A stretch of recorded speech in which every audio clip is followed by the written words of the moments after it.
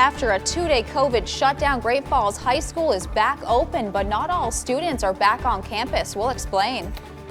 And assistance for producers looking to rebuild after wildfires.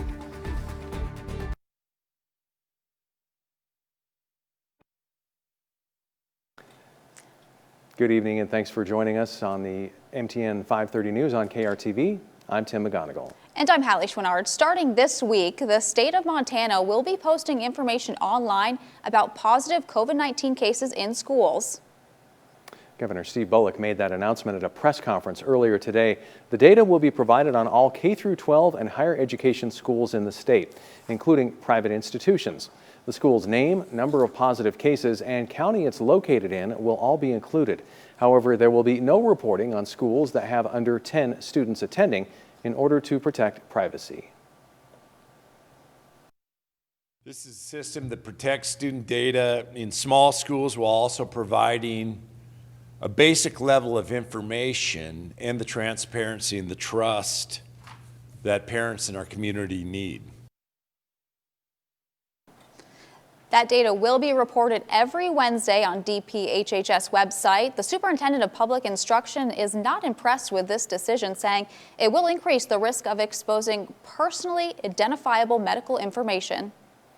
Well, students at Great Falls High are back in the building today. They've been learning remotely for the past 2 days after more coronavirus cases were confirmed at the school over the weekend. MTN's Zach Shermley joins us live now from the school. Zach, it seems like this is the start of a new normal.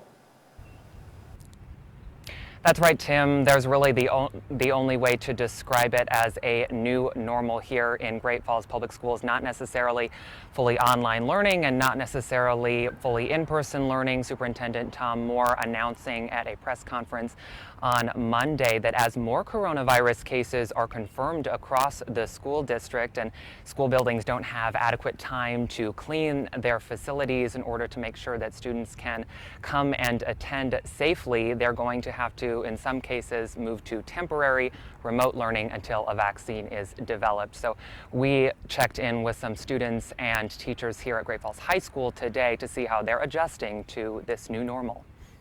On Sunday night, Mary Day, an English teacher at Great Falls High School, got a dreaded phone call. Told me I needed to initiate the emergency phone tree for our teachers. It was one of the associate principals at Great Falls High School saying the school would be transitioning to remote learning for the next 2 days after more coronavirus cases, including students and staff, were confirmed in the building. Feeling at first was, it's okay, you know, it's only 2 days.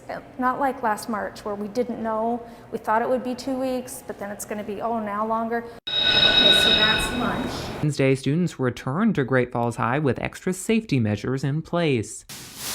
But weeks like this one probably aren't going away anytime soon. At a press conference on Monday, Superintendent Tom Moore said if more cases are confirmed at school buildings and they don't have enough time to clean and contact trace, they will have to transition to remote learning intermittently. My fear is that I'll get that phone call that we're going full remote, and I don't want to do that. It's just one more way that this semester is shaping up to be a lot more complicated than even last semester was. A lot of kids are more nervous about like, oh, am I going to be the next kid who's contact traced and I have to quarantine for 2 weeks?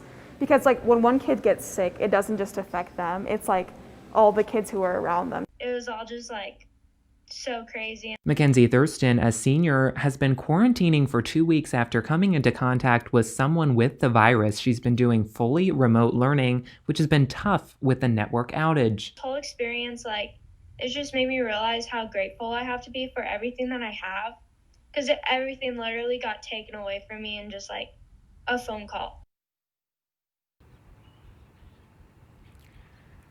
Now, Mackenzie is one of dozens of students that are quarantined here in the Great Falls Public School District. She is back to Great Falls High School on Friday, but with new cases, she's worried that she could be in the same situation all over again pretty soon here. Reporting live outside Great Falls High School, I'm Zach Shermley, MTN News. I'll send it back to you guys in the studio.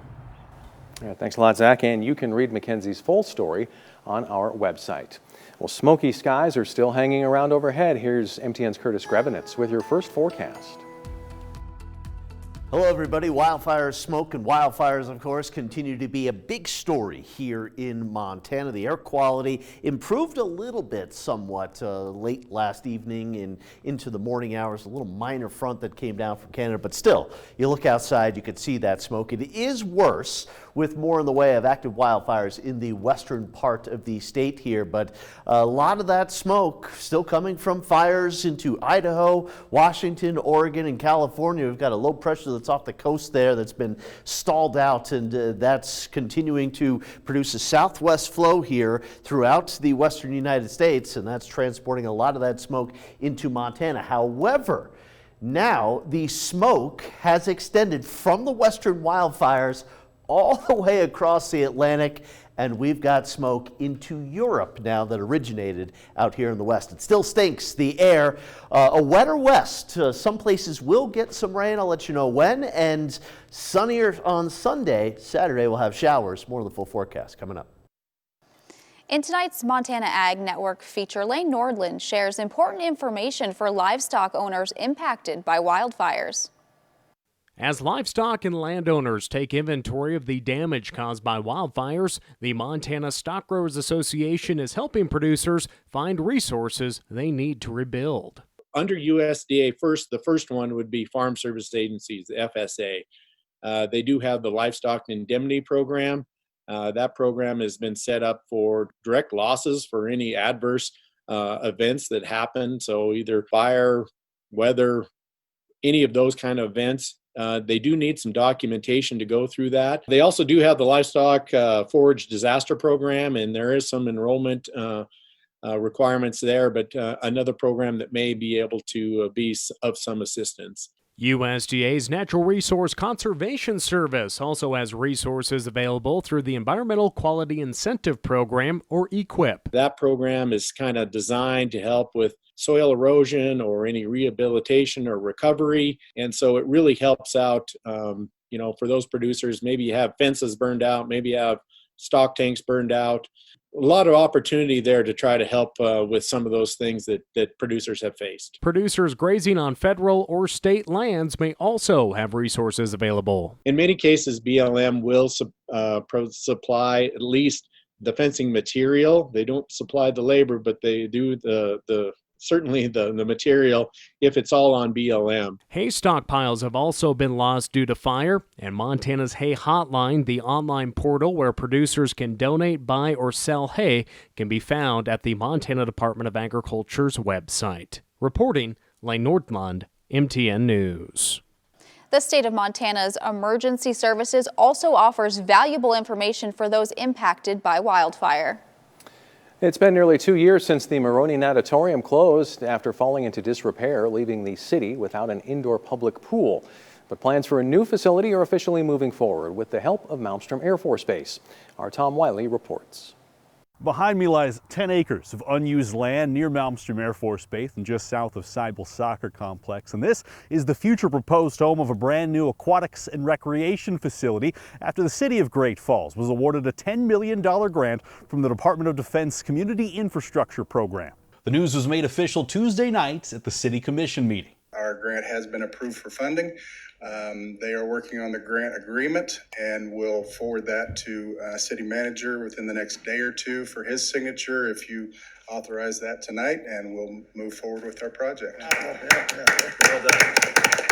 The new facility will cost $20 million. Half of that comes from the grant. The other half comes from the Park Maintenance District assessment, which voters approved in 2018 for park improvements. We couldn't have done anything if the voters had not passed the Park Maintenance District a couple years ago, which gives us the funding stream to provide this match from the DOD, which is great. So this is a community win-win-win all the way around. So. Yes. The city agreed to a land swap with Great Falls Public Schools for this parcel. It's large enough for the facility and a potential commercial spot that the city could lease to bring in more revenue. I've never seen the opportunity to leverage this much money for a public infrastructure project that's going to benefit so many people, and that's what's so exciting about it. Reporting in Great Falls, Tom Wiley, MTN News. According to stipulations attached to the money from the Department of Defense, the city has 1 week to accept the grant, 1 year to break ground, and 5 years to complete construction. Stay tuned. We'll be right back. From Montana's news leader, you're watching the MTN 530 News. Welcome back. Montana is on tap to conduct an all-male general election in most of its 56 counties. Ballots are scheduled to be mailed about 3 weeks from now. Yesterday, MTN chief political reporter Mike Dennison explained how to know if and when you'll be receiving a mailed ballot and the details of voter registration. And today, he takes a look at the security and procedures in place to verify and count those thousands of mailed-in ballots. In 46 of Montana's 56 counties, ballots will be mailed to all registered voters on October 9th, along with absentee ballots in the other 10 counties, which will also have polling places open on Election Day. Soon after that October 9th date, mailed ballots whose postage is prepaid will start pouring back in to county election offices. That's when local election officials start the verification process for those ballots. They check the signature on the outer envelope to see if it matches up with the signature on that person's voter registration. I think a lot of people get confused and think basically we're just checking, is this name the name that's signed? But there's a lot more to that. We're looking at the overall character of the signature, the slant, the way the letters are formed. We're looking for, if it's slightly different, is it an explainable difference? If the signature doesn't seem to match, or if there is no signature, the voter is contacted by mail. For the ballot to count, the voter must provide the proper signature and ID. Many of these problems are resolved, but some are not. During the all-mail ballot primary election in June, less than 1% of returned ballots were not counted because of signature problems. Each envelope also has a unique barcode assigned to that specific registered voter. That tracks whether you voted and is another security step to prevent anyone from voting more than once. Once a ballot is verified, election workers open this outer envelope and take out the unmarked secrecy envelope, which contains the actual ballot. These envelopes are stored in a locked room until it's time to count the ballots. In larger counties, on the Thursday and Friday before the election, October 29th and 30th, election workers start opening these envelopes to unfold the ballots and prepare them for counting. The tabulation by machine starts on Monday, November 2nd, the day before Election Day. Most of the mailed ballots are counted that day, but results aren't released until after 8 p.m. on Election Day. Cascade County Clerk and Recorder Rena Fontana Moore in Great Falls says this entire process is pretty much what county election officials have been doing for more than 2 decades when they count absentee ballots and local all-mail elections. County election administrators say the process is well vetted and that all-mail ballots this general election just means a bigger volume. Most ballots cast in Montana elections, even polling place elections, are mail ballots. Even when we have polls open, most people have been voting absentee. So the system has been tested. It's been tested for years, and we haven't seen voter fraud happen through this system. Missoula County Election Administrator Bradley Seaman said this election will be his county's 5th consecutive all-mail election. He says he's looking forward to it and to a record-high turnout, just like in the primary. There are 2 lawsuits filed by Republican Party groups and voters trying to block the all-mail election in Montana based on several grounds. A federal judge will hear those lawsuits next Tuesday. In the meantime, election officials in 46 counties are proceeding full steam ahead with plans for the all-mail election. Reporting from Helena, Mike Dennison, MTN News. The counties that will still have polling places on Election Day are Mineral, Powell, Fergus, Stillwater, Carbon, Broadwater, Petroleum, Powder River, Treasure, and Webo. Democratic gubernatorial candidate Mike Cooney reported his latest fundraising numbers today. Cooney, who's locked in a close battle with Republican Greg Gianforte, has raised $670,000 in the past month, pushing his total campaign fundraising to $2.5 million. Still, Gianforte is the fundraising leader for the campaign. He raised about $2.8 million from donors as of mid-August and put another $2.5 million of his own money into the campaign. Gianforte will be releasing his monthly fundraising totals later this week. The gubernatorial contest also includes Libertarian Lyman Bishop of Kalispell. Okay, although the air quality has improved a little bit since yesterday, you can still see that you can't really see that well because of smoke in the sky. I'll have more on the full forecast coming up. Storm Tracker weather starts now with Chief Meteorologist Curtis Greveness. All right, welcome back, everybody. A similar scene here across a lot of the state with smoky skies. The smoke kind of keeping the temperatures down a little bit. 72 degrees currently in Helena, Great Falls. This is from Geyser. And once again, the Highwood Mountains obscured by the smoke and reduced visibility. 69 degrees. And there you can see the air quality. It's not the best, but at least we're not unhealthy for a lot of the areas east of the Continental Divide. West of the Divide, still some nasty air out there. There's this little boundary that moves southward through the states yesterday evening and through the overnight hours. Cooler, slightly cleaner air ahead of smokier, warmer air. It's 81 degrees in Butte, America. Air quality, a warning here for areas west of the Divide. Again, yeah, we don't have the best air, but we're not at those warning criteria levels. And this is for Friday here, a fire weather watch. That's a precursor to a red flag warning. We could use some precipitation, hardly any around the state. Let's take a look around the state, though, at some of the wildfires. Bridger Foothills fire continues to be contained. The containment grows. We're up to 77%. This fire, the State Creek fire, this one's southwest of Boulder. I have to watch this one as we get into Friday. That's an area under that fire weather watch, but we're up over 3,000 acres on that one. The Drumming fire, southwest of Hart Butte, not much activity there. The Cinnabar fire, this one's been around here for a while, but up to 67% contained, and really not a lot of activity on that fire either. The Bear Creek fire, this one is southwest Montana, the Beaverhead Mountains, over 12,000 acres, but we're at 85% contained, and really there's no activity on that fire. Some of the smoke, though, that we're seeing coming from big fires here in central Idaho, including one that's over 80,000 acres, and that will continue to put out a good amount of smoke. Hey, what was Hurricane Sally now moving through the southeastern United States? It'd be nice to get some of that rain here our way, but taking a look at the smoke, still very smoky skies through tomorrow, through Friday. Our low pressure that's out in the Pacific will come through the state here Saturday and Sunday, somewhat cleaning out the air. We might even be a little cleaner than this here, but notice Monday and Tuesday into Wednesday, we still have some smoke because those wildfires in the west will continue to be active. Now, precipitation, I mentioned a wetter west, and there will be some rain moving over wildfires in Washington and Oregon, and maybe, keep your fingers crossed, even into Northern California. Idaho will get some rain here. We may get a late evening storm on Friday, but Saturday, scattered showers, and then Sunday,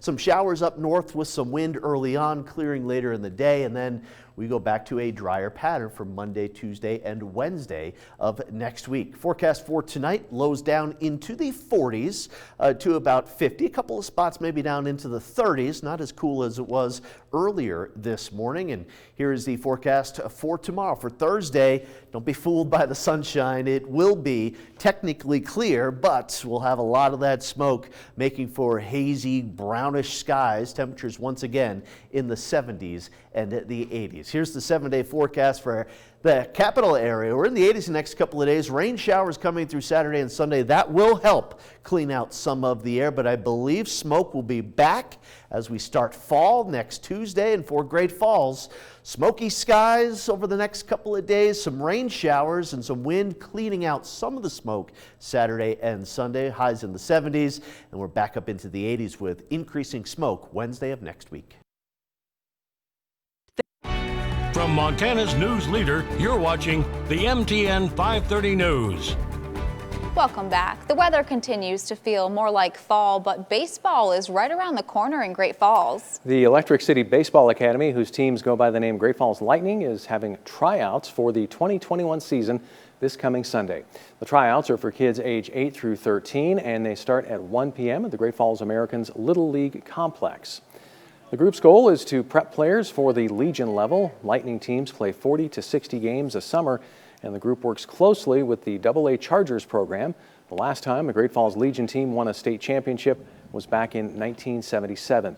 ECBA President Sean Sturgis said despite the coronavirus challenges last summer, it was a successful year with 150 kids on Lightning teams. If you'd like more information on the tryouts, you can go to montanasports.com. And don't go away, we'll be right back.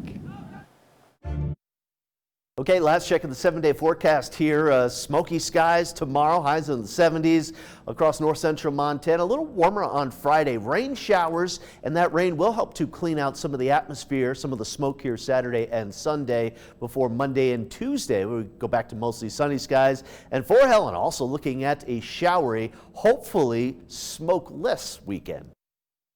Thanks, Curtis. Well, Hershey doesn't want the pandemic to stop people from enjoying Halloween, so the company launched a website to help people celebrate Halloween safely. The site allows users to hover over any county in the country to see the coronavirus threat level and the number of cases.